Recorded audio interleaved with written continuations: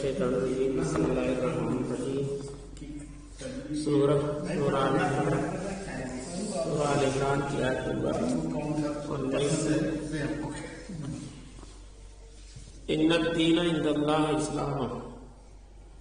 یقیناً دین تو اللہ کے نزدیک صرف اسلام ہی ہے۔ اس کی بہت بڑی تفصیل ہے کہ جب بھی اللہ تعالیٰ حکم دیتا ہے کہ دین تو صرف جو ہے اللہ کے نزدیک اسلام ہی ہوگا اور کوئی دین قابل قبول نہیں ہوگا، اور اسلام کا معنی ہوتا ہے دین اسلام کا مطلب یہ ہوتا ہے کہ پوری زندگی اللہ کے فرمان برداری کے مطابق گزار دیں، جیسا کہ ابراہیم علیہ السلام نے کیا۔ کہیں آتا کہ تم اپنے دین ابراہیم پر چلو، تو دین ابراہیم کیا تھا؟ ابراہیم علیہ السلام نے توحید کے لیے اپنے گھر بار کو بھی چھوڑ دیا ایک اللہ کے لیے، اور آگ میں بھی نمرود بادشاہ نے جو ان کو ڈالا صرف کس بات کے لیے کہ اللہ ایک ہے، اس کے سوا کوئی معبود نہیں، اور ان کے والد جو ہے آتش وہ پجاری تھے، بتوں کی پوجا کرتے تھے اور اس کی ہیڈ تھے۔ تو اللہ تعالیٰ کو جو ابراہیم علیہ السلام کا جو جذبہ تھا، جو توحید کا ان کے اندر جو صفت تھی، ابھی تک دنیا میں اس طرح کی صفت کسی کے اندر پیدا نہیں ہو پائی، اور اللہ تعالیٰ کہتا ہے کہ آدم علیہ السلام سے لے کر جب سے دنیا بنی تب سے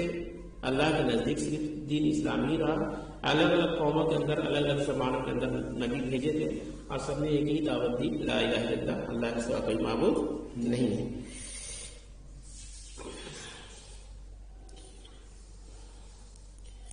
وما اختلف الذین اوتوا الکتاب الا من بعد جاءهم العلم بغیا بینہم، اور اہل کتاب نے اختلاف نہیں کیا اس کے بعد کہ ان کے پاس علم آ چکا تھا، مگر باہم زدہ کے سبب سے،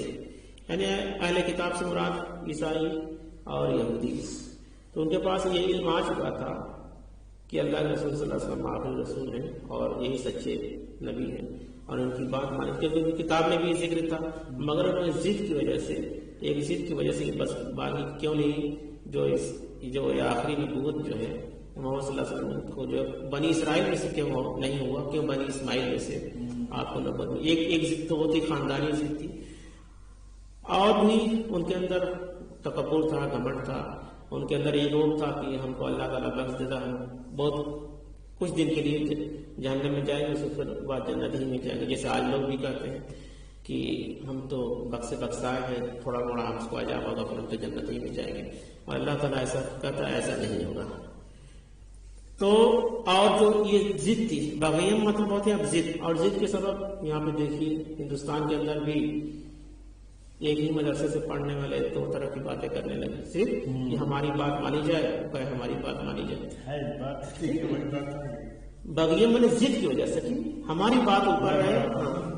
تو ضد کی وجہ سے جو تفرقہ جو دین میں بگاڑ پیدا ہوتا ہے وہ ضد کی وجہ سے ہوتا ہے، ضد کی وجہ سے ہوتا ہے، اور ہر آدمی جانتا ہے، کوئی یہ نہیں کہتا کہ جو اللہ کے رسول کا حکم ہے اس پہ چلا جائے، سب لوگ مل کے سب لوگ اپنا اپنا جھنڈا بلند کر، بھائی کسی کو علم اللہ نے اجازت دیا، وہ الگ طرح سے لوگوں کو سمجھا دیا، کسی کو سمجھا دیا، تو اس طرح سے اللہ تعالیٰ یہی کہہ رہا ہے کہ اہل کتاب نے اختلاف نہیں کیا اس کے بعد اس کے پاس علم آ چکا تھا، مگر باہم زدہ کے سب۔ اب یہ آیت مسلمانوں پر بھی جو فٹ بیٹھتی ہے، یہ بھی ضد کی وجہ سے الگ الگ فرقوں میں بڑھ چکے ہیں، الگ الگ طرح سے دین کی جو ہے اپنے من سے جو ہے من گڑھت جو ہے اس کی جو ہے ڈپریشن بتا رہے ہیں لوگوں کو کہ یہ کرنا چاہیے، نہیں کرنا، یہ نہیں کہتے ہیں کہ اللہ اور رسول کا جو حکم ہے وہ مانو، تو اس ضد کی وجہ سے ہوتا ہے اور کچھ نہیں ہے۔ من یکفر بآیات اللہ فإن اللہ سریع الحساب، اور جب کوئی اللہ کی آیت کا انکار کرتا ہے تو یاد رکھے اللہ بہت جلد حساب چکا دینے والا ہے۔ اللہ تعالیٰ اس آیت میں ایک کھلا ہوا چیلنج دے رہے ہیں لوگوں کو، انسانوں کو، کہ اگر تم اللہ کی آیت کو جھٹلاؤ گے، کیونکہ یہ کتاب ہے نا، یہ کتاب دب کے بات نہیں کرتی، یہ اللہ کی کتاب ہے، اور یہ دھمکی والے انداز میں بات کرتی ہے، پہلے تو سمجھاتی ہے، پھر کہتی ہے اگر تم نہیں مانو تو اس کا حساب تو خود چکانا ہی پڑے گا، بھلے اس دنیا میں چند دن کے لیے آزادی سے زندگی گزار لو، وہ الگ بات ہے۔ اللہ تعالیٰ کو حساب لیتے دیر نہیں لگے گی، وہ بڑی تیزی کے ساتھ حساب لے لے گا۔ فَإِنْ حَاجُّوكَ، پھر اے نبی صلی اللہ علیہ وسلم اگر آپ سے حجت بازی کریں، دلیل بازی اور مناظرہ کی روش اختیار کریں، تو آپ کہیے فَقُلْ أَسْلَمْتُ وَجْهِيَ لِلَّهِ وَمَنِ اتَّبَعَنِي، تو آپ صلی اللہ علیہ وسلم کہہ دیں کہ میں نے تو اپنا چہرہ اللہ کے سامنے جھکا دیا، اور انہوں نے بھی میرا اتباع، اور انہوں نے بھی جو میری اتباع کر رہے ہیں. یعنی دین میں بحث نہیں کرنی چاہیے. اور کسی کو نہیں سمجھ میں آ رہی ہے اللہ اس رسول کی حدیث کلام تو وہ عقل اس نہیں سمجھ میں آ رہی ہے تو نہ سمجھ میں آئے، اس سے بحث نہیں کرنا. سیدھی بات بتا دینی کہ اللہ اس رسول کا یہ حکم ہے، تمہاری سمجھ میں آئے تم مانو چاہے مت مانو، اس سے بحث بات نہیں کرنی. آپ صلی اللہ علیہ وسلم سے دو ٹوک انداز میں آخری بات کہہ دے کہ ہم نے تو اللہ کے آگے صراط اطاعت خم کر دیا، یعنی اللہ کو ہم نے سرنڈر کر دیا، اللہ کے سامنے ہم نے اپنے آپ کو جھکا دیا ہے، ہم اللہ کے غلام ہیں. ہم نے ایک راستہ اختیار کر لیا، تم جدھر جانا چاہتے جاؤ، جس ڈنڈی پر مڑنا چاہتے ہو مڑ جاؤ، جس کھائی میں گرنا چاہتے گر جاؤ. لکم دینکم ولی دین، تمہارے لیے تمہارا دین، میرے لیے میرا دین. تو ہم کو بحث نہیں کرنی کسی بات کی. ہاں اللہ کے رسول کی بات اس سامنے رکھ دینا، کہنا کہ یہی حق ہے، یہی اصلی دین ہے، اسی پہ چلنے پہ کامیابی ہے. اور لوگ طرح طرح کی بہت سے لوگ بات کرتے ہیں بھائی دنیا میں سب مذاہب ہیں، بودھ ہے، جین ہے، عیسائی ہے، یہودی ہے، کرسچن ہے، اور بھی 50 کتنے فرقے ہیں، کتنے مذہب ہیں. کہتے ہیں سب کا مقصد تو اللہ ہی ہے، مگر اللہ تعالیٰ کہتا ہے یہ بات نہیں چلے گی. اللہ کو جو پسند ہے دین وہ صرف اسلام ہے. وَقُلْ لِلَّذِينَ أُوتُوا الْكِتَابَ وَالْأُمِّيِّينَ أَسْلَمْتُمْ، اور اے نبی صلی اللہ علیہ وسلم آپ کہہ دیجئے ان سے بھی جنہیں کتاب دی گئی تھی، یعنی یہود و نصارہ اور امین سے دی گئی، کیا تم بھی اسی طرح اسلام لاتے ہو؟ کیا تم بھی صرف تسلیم خم کرتے ہو یا نہیں؟ اللہ کے تابع ہوتے ہو یا نہیں؟ اپنے آپ کو اللہ کے سپرد کرتے ہو یا نہیں؟ یعنی ایک دم سیدھی سیدھی بات کرنی ہے کہ اللہ کتاب ہے اور آپ کو ماننا ہے تو مانو، نہیں ماننا ہے تو آپ کی مرضی. اللہ نے آزادی دی ہے دنیا میں. وَإِن تَوَلُّوا فَإِنَّمَا عَلَيْكَ الْبَلَاغُ، اگر وہ موڑ لے تو اے نبی صلی اللہ علیہ وسلم آپ صلی اللہ علیہ وسلم پر ذمہ داری صرف پہنچا دینے کی ہے.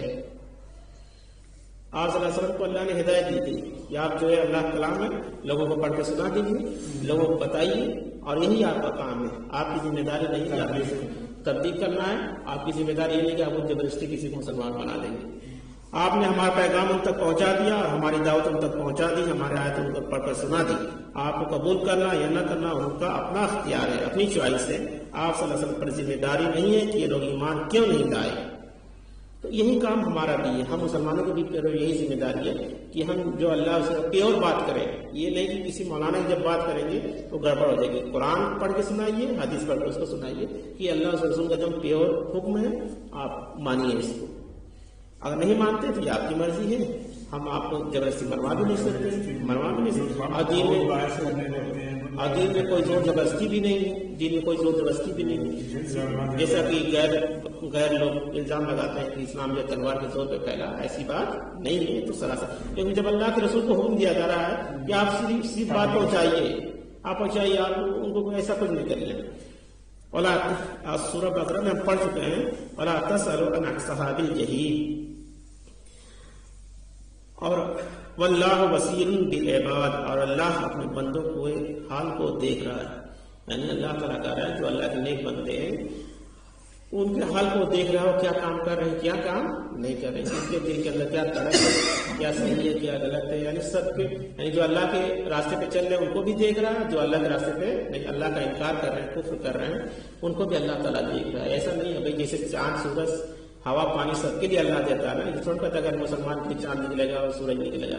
سارے انسانوں کے لیے دیکھتا ہے. پھر اللہ تعالیٰ کہتا ہے تم جب آؤ گے اللہ کے یہاں واپس تو ہم تمہارا حساب لے لیں گے. اس میں دیر نہیں لگی اللہ کو حساب کتاب لینے میں. وہ ان سے حساب کتاب کر لے گا اور ان سے نپٹ لے گا، اور آپ صلی اللہ علیہ وسلم کی ذمہ جو فرض ہے آپ اس کو ادا کرتے رہیے. اس لیے امت مسلمان کی ذمہ داری ہے جو جس حیثیت کو معلوم ہے اپنے گھر میں سمجھائے، اپنے محلے کو سمجھائے، اپنے رشتے داروں کو سمجھائے، اپنے پڑوسیوں کو سمجھائے، چاہے پڑوسی کوئی بھی ہو اس کے ساتھ حسن اخلاق رکھے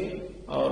جھگڑا لڑائی نہ کرے. ہاں بھائی یہ دین ہے، یہ اللہ کا کلام ہے، سچا دین ہے، اس پہ ایمان لاؤ تو تمہاری کامیابی ہے، نہیں لاؤ گے تو جہنم ہے اس کا ناکامیابی کا راستہ. اللہ تعالیٰ سے دعا ہے کہ ہم لوگ کو دین کی باتیں دوسروں تک پہنچانے کی توفیق عطا فرمائے. آمین ثم آمین.